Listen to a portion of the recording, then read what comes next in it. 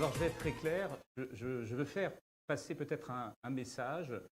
C'est celui, en fait, de la fête de Shavuot, pour expliquer qu'elle a une particularité, cette fête, c'est qu'elle n'a pas de date précise inscrite dans le calendrier hébraïque. La Torah ne nous donne pas de date, à la différence des deux autres fêtes de pèlerinage, la fête de Pessah et la fête de Sukkot. La fête de Shavuot, on nous dit simplement dans le texte qu'il y a, au lendemain de la fête de Pessah, on va compter 7 fois 7 jours, c'est-à-dire 49 jours, et le 50e, c'est la fête de Shavuot. Alors, ce qui est intéressant, c'est que le nom de la fête de Shavuot en français, et donc de la tradition chrétienne, c'est Pentecôte. Et Pentecôte, justement, en grec, veut dire Pentekôte, qui veut dire, justement, célébration du 50e. Donc, on voit bien qu'il y a dans l'appellation de cette fête en français, Pentecôte, on voit donc l'origine, la racine juive de cette fête qui se célèbre donc le 50e jour. Alors, pourquoi je vous dis cette information-là? C'est parce qu'en fait, la fête de Shavuot, c'est celle donc du 50e jour. Il y a donc un rattachement à la fête de Pessah, et donc on ne peut pas imaginer la fête de Shavuot sans la fête de Pessah. C'est la continuité de la fête de Pessah. Certains diront même, ils appellent ça Hatzeret, en comparant donc le jour de Shavuot à celui de Simchat Torah, où il y a également donc le thème de la Torah, mais dans la fête de Shavuot, c'est le thème de Matan Torah. Alors justement, le don de la Torah, donc vous voyez qu'il y a au niveau de la date, pas une date précise, mais cette fête que les rabbins appellent Matan Torah, elle a aussi un problème, c'est qu'on ne sait pas réellement quand a eu lieu le jour de Matan Torah.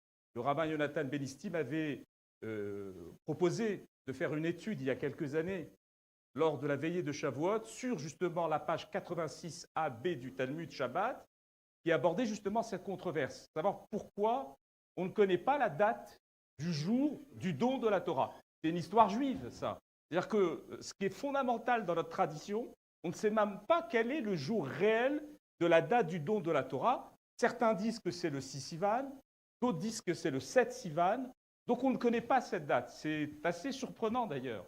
Alors, certains diront, et vous allez comprendre, que réellement le don de la Torah a été fait le 7 Sivan, mais qu'on continue à la célébrer le 6 Sivan, qui est en fait le jour où elle devait avoir lieu, mais elle a été retardée de 24 heures.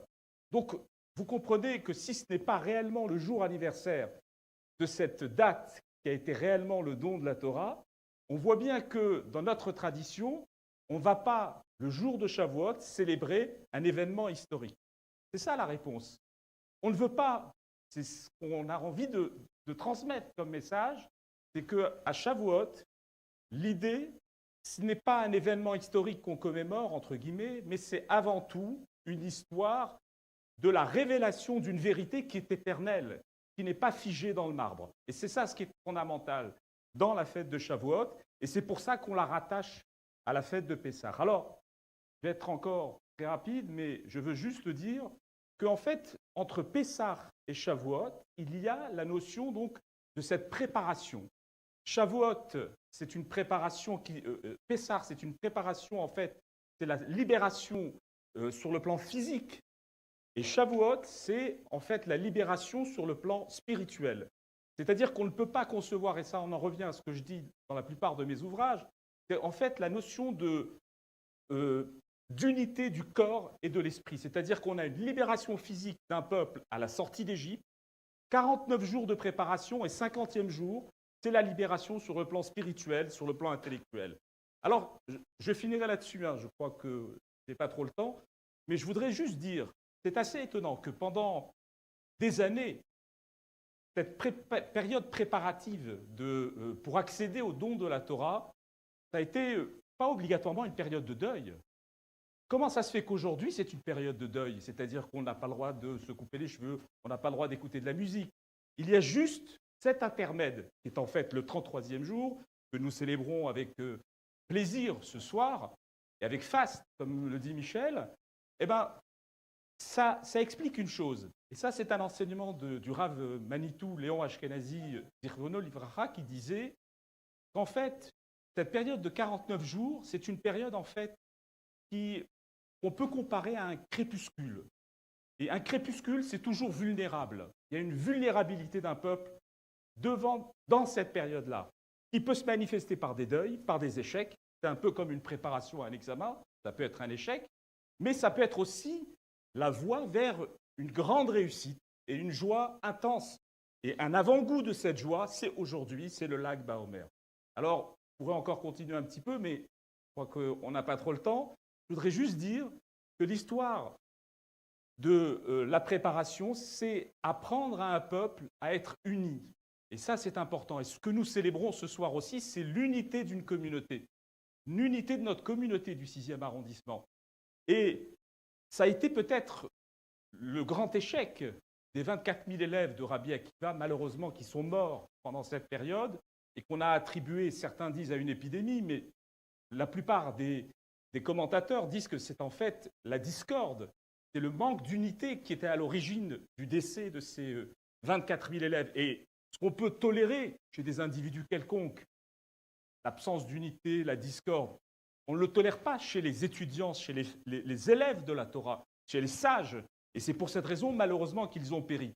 Et c'est ce deuil que l'on célèbre, ce manque d'unité. Et je finirai là-dessus en disant que dans la Torah, Moïse nous a appris que dans le livre de Devarim, chapitre 31, verset 21, que quand on rentrera en terre d'Israël, il y aura des moments d'angoisse, il y aura des moments très difficiles, il y aura des épisodes très douloureux.